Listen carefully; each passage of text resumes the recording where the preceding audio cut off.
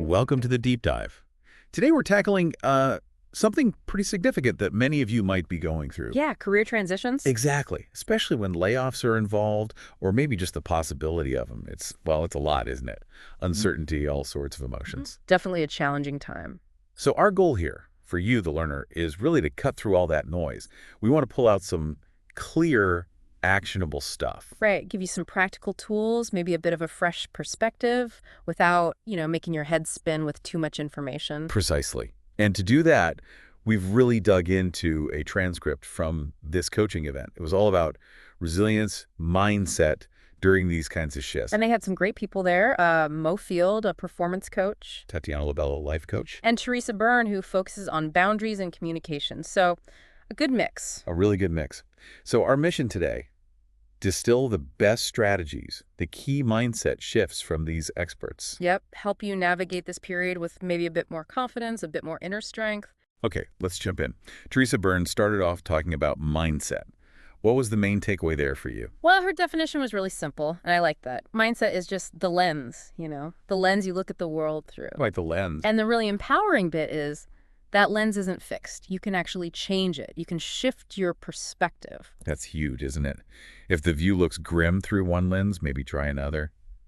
Okay, and then she talked about emotional resilience. Yeah, she called it our inner bounce back system. Inner bounce back, I like that. Me too. And her analogy comparing bamboo to an oak tree really worked for me. Oh yeah, how so? Well, bamboo bends, it's flexible, right? An oak tree is rigid, it can snap under pressure. The idea is to cultivate that inner bamboo-ness. So you can adapt, bend with the challenges instead of breaking. Makes sense. Exactly. And staying on that theme of pressure, she also touched on stress. She made this useful distinction between positive stress. She called it eustress. Eustress, right. The kind that can motivate you. Yeah, that drives growth. And then the negative kind, distress, which is where you just feel totally overwhelmed. Okay. And her point was that even that distress signal, it's information. It's telling you something, even if it's not, a tiger chasing you. And she had that analogy, the overflowing cup. Yeah, that really landed. If you don't let some of that stress out in healthy ways, it just spills over, right? Totally. So being aware and managing it seems crucial. Okay, shifting gears a bit. Mo Field came at it from the angle of reinvention. Right. Mo's view was that sometimes being forced to reinvent yourself, like with a layoff, can actually be, an opportunity. An opportunity. That might feel like a stretch when you're in it. For sure. It's hard to see initially, absolutely. But she encouraged just considering it. Could this be a turning point? Could it bring new energy? It's that reframing again, isn't it? Moving from this happened to me to what can happen through this. Exactly. And she also challenged our basic assumptions about our own thoughts. Oh, yeah, that question. Do I have to believe that everything my brain thinks is true? That one. It's so simple, but so powerful. Just questioning if every thought is like gospel truth. Because maybe there are other parts of the truth, different ways to see it. Our brains can definitely get stuck on repeat with the negative stuff. Questioning that is step one, I guess. She used some analogies too, right? Yeah. The wagon wheel was a good one. Remind me. The hub, the center, is your core values, and the spokes shooting out. Those are all the different possibilities, the different paths you could take. Ah, right. So a strong core can support lots of different directions. Exactly. And the bowl analogy, too, basically, you need to make space, empty the bowl a bit for new opportunities to even show up. Okay, so know your values, stay open, create space. Yeah. Got it. Mo also got into the nervous system side of things. This was fascinating. Yeah, this is really interesting. She talked about the nervous system having this sort of red line. The red line. That point where you feel overwhelmed, uncomfortable, and your instinct is just to distract yourself, right? Check your phone, grab a snack, whatever. Or avoid the feeling. Totally. But she argued there's real value in learning to just sit with that discomfort, let your nervous system feel it, and figure out how to regulate itself. Yeah, that sounds hard. It is. But she gave that example of herself feeling calmer performing on stage than waiting in a slow customs line. Right, which seems counterintuitive. But it shows it's about building your capacity to handle that internal stress without immediately needing an escape hatch. So by staying with the discomfort, you teach your nervous system, hey, we can handle this. Pretty much. You build resilience over time. She also told that story about her hand injury, remember? Oh, yeah, rebuilding things. How did that connect? Well, she couldn't do the big things right away, so she focused on tiny, achievable tasks like learning to solder these little connections while she was also learning guitar building. Ah, okay. Small steps. Exactly. And celebrating those small wins, it links back to self-compassion, building momentum when you're facing something huge. That makes a lot of sense. Yeah. Acknowledge the small victories. Uh, Okay, so then Tatiana Labello came in with a focus on control. yeah, Tatiana really hammered home the importance of putting your energy where you actually have some influence. Right here, right now. Not dwelling on the past, the what ifs. Exactly. Yeah. Which is so easy to do, right? But not very productive. Her analogy of the closed door was really potent. Oof, the job is gone. That door is closed. Right. Don't just stand there staring at it. Turn around. Look for other doors, other windows that might be opening up. So always asking that question. What's my next best move? Very practical, very forward-looking. Takes you out of that stuck feeling. Mm. And she also talked about passions, didn't she? Mm-hmm. Encouraging you to use this transition time to explore what you actually care about. Your values, maybe skills you haven't used. Kind of reframing it again. Not just something bad happening to you. But maybe happening for something. For a greater purpose or just a chance to align better with what matters to you. That's a powerful shift. And she also reminded people about their own track record, right? Yes, she prompted listeners to think about past challenges they've overcome. We all have them. It's about remembering you are strong, you are capable, you've handled tough stuff before. Her line was great. Your setback is a setup for a comeback. I like that. Setback is a setup. Wow. It reinforces that resilience. And she had a specific reframe for the layoff itself. Yeah, viewing it as an opportunity, maybe to learn something new, develop skills, even check out a totally different industry. Okay. And crucially, she emphasized self-compassion through all of this. You know, how would you advise a friend in this situation? Treat yourself that kindly. We're often so much harder on ourselves, aren't we? That's a great point.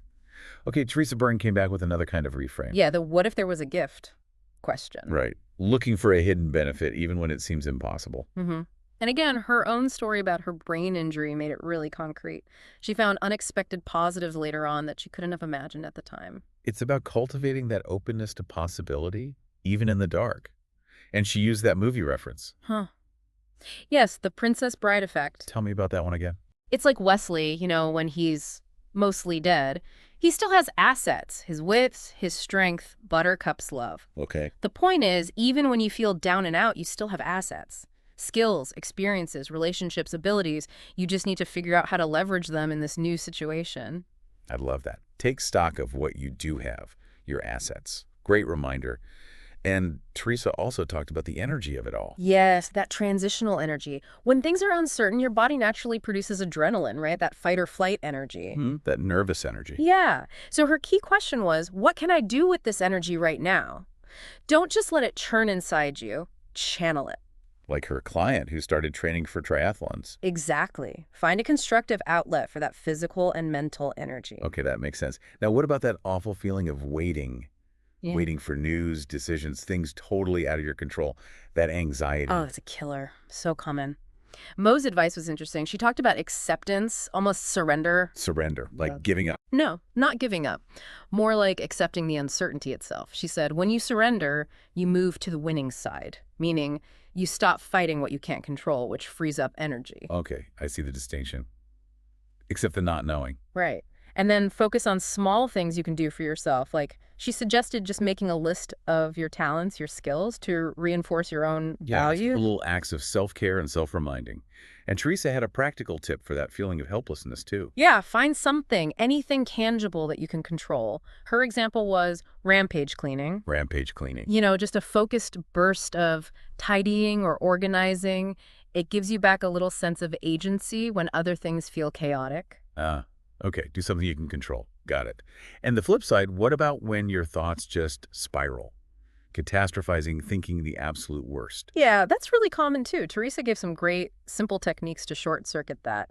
Things you can do physically, like just rubbing your hands together briskly, feeling the friction, or box breathing, inhale for 4, hold for 4, exhale for 4, hold for 4. Okay, Simple body stuff. Yeah, and contralateral tapping alternate sides of your body. These things actually help calm your nervous system down physiologically. Wow, okay. Good to know. Yeah. And Mo had that funny story. Oh, the Swedish choir, and they're ba-ba, breathing like sheep. Yes. It was a great reminder to inject humor and lightness where you can. Laughter, fun. They actually help regulate the nervous system too, and apparently help you absorb information better. So making lightness a tool, not just a luxury. Interesting. Tatiana also had a simple practice for shifting out of negativity, right? Gratitude journaling, Yeah. super straightforward. Just write down like 3 things you're grateful for each day, Even small things. especially small things. The point is to consciously shift your focus from what you lack or what's wrong to appreciating what you do have. It changes your whole mindset. Simple, but sounds powerful. Okay, let's tackle some of the really tough emotions. Shame, frustration, fear. How did the experts suggest dealing with those? Well, Mo raised a really important question about shame. Have your sense of self-worth gotten tangled up with your job? Oof, yeah, that happens. So the work is to untangle that, to find validation from within, not just from external achievements or titles. Okay, now, She suggested things like doing small, random acts of kindness. It helps you see your positive impact separate from your job status. And focusing on healing your relationship with your nervous system. healing that relationship. Yeah, and she talked about reparenting yourself. Basically giving yourself the compassion, understanding, and encouragement you might not have received but definitely need now. Reparenting yourself with kindness. I like that. What about Teresa's take on shame? Theresa pointed out that shame often comes from those rigid good, bad, right, wrong judgments we make about ourselves or the situation.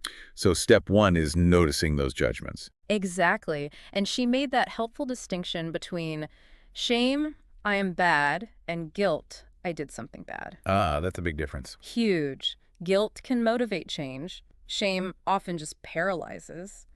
She also suggested shifting language from what's wrong with me or what's wrong with this to maybe what doesn't work here. It's less judgmental. Less loaded language. Yeah. Makes sense. And Mo came back with that toolbox idea for beliefs. Yeah, thinking of your beliefs like tools. Are the ones you're using right now actually helping you build what you want, or are they getting in the way? And if they're not working. You can choose to set them aside. Pick up a different tool, try a different perspective. You have that power. That's really empowering.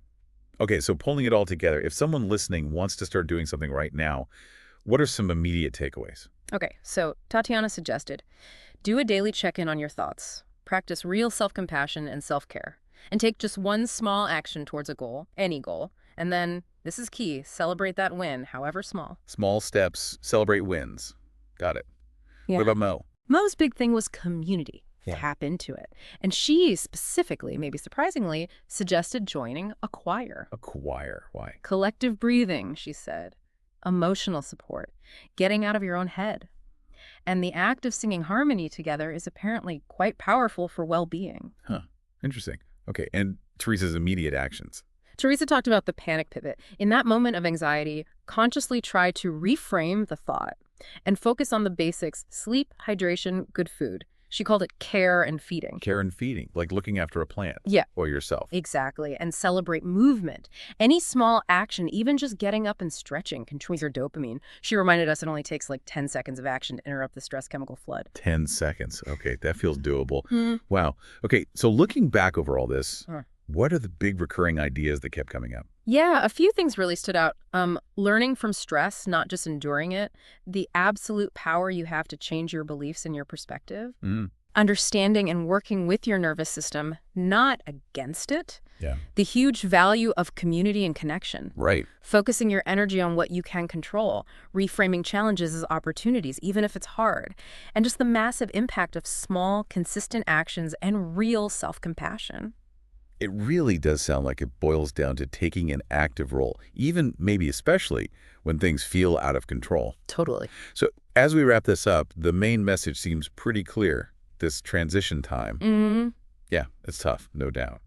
But it genuinely holds opportunities for growth, for maybe reinventing things. Absolutely. And remember, you listening, you have resilience. You have the capacity to get through this. You've done hard things before. Definitely. So we really encourage you to pick just one thing maybe that resonated from our chat today and try it out. Maybe mull over Teresa's question. What assets do I actually have right now? Or Tatiana's, okay, what's my next best move? Or maybe Mo's idea, Do a small act of kindness Mm-hmm. for someone else, or even yourself.